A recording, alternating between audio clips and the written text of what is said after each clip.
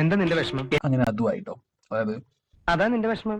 ChatGPT, Gemini cloud പോലുള്ള വലിയ വലിയ AI ടൂൾസ് നമുക്ക് യൂസ് ചെയ്യണമെങ്കിൽ ഡെഫിനറ്റ്ലി നെറ്റ് വേണം.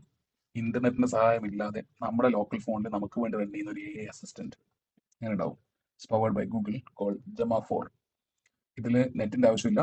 ലിമിറ്റേഷൻസ് ഉണ്ട്. നമ്മൾ ബാക്കിയുള്ളത് കിട്ടുന്ന പോലെ ഓൺലൈൻ ആയിട്ടുള്ള അപ്ഡേറ്റ് ആയിട്ടുള്ള ആയിട്ടില്ല. പക്ഷെ നമ്മുടെ ഒരു പേഴ്സണൽ അസിസ്റ്റന്റ് ആയിട്ട് നമ്മുടെ ഫോണിലുള്ള കാര്യങ്ങൾ ചെയ്യാനും ഈവൻ വോയിസ് ട്രാൻസ്ലേറ്റ് ചെയ്യാനും ഇമേജുകൾ അനലൈസ് ചെയ്യാനും റിപ്പോർട്ടുകൾ ഉണ്ടാക്കാനും ഒക്കെ നമുക്ക് യൂസ് ചെയ്യാം.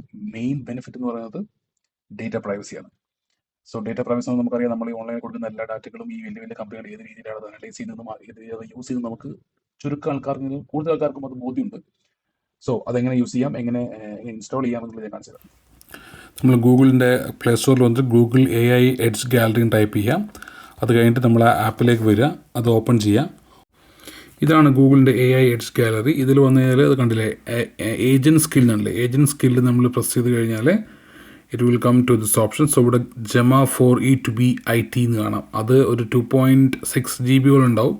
അത് ഇൻസ്റ്റാൾ ചെയ്യുക. കുറച്ച് സമയം എടുക്കും, ഒരു 10-15 മിനിറ്റ് എടുക്കുന്നു. ഹൈ സ്പീഡ് നെറ്റൊക്കെ ആണെങ്കിൽ പെട്ടെന്ന് കഴിയും. സോ ഇൻസ്റ്റാൾ ചെയ്യുക. സോ ഇൻസ്റ്റാൾ ചെയ്ത് കഴിഞ്ഞു. അതിൻ്റെ ഇനീഷ്യലൈസേഷൻ പ്രോസസ് നടന്നുകൊണ്ടിരിക്കുകയാണ്. സംഭവം ഇനീഷ്യലൈസ് ആയപ്പോൾ ഇതിൻ്റെ പ്രത്യേകത തന്നെ ഏജൻറ്റ് സ്കിൽസാണ്. നമ്മൾ പറയുന്ന ഓരോ കാര്യങ്ങളും വെച്ചിട്ട് ഏജൻറ്റ് സ്കില്ല് ലോഡ് ചെയ്യും. അതിന് show me the Googleplex on interactive map കാണിക്കാൻ, മാപ്പ് വരെ നമുക്ക് ഇതിൽ യൂസ് ചെയ്യാൻ പറ്റും.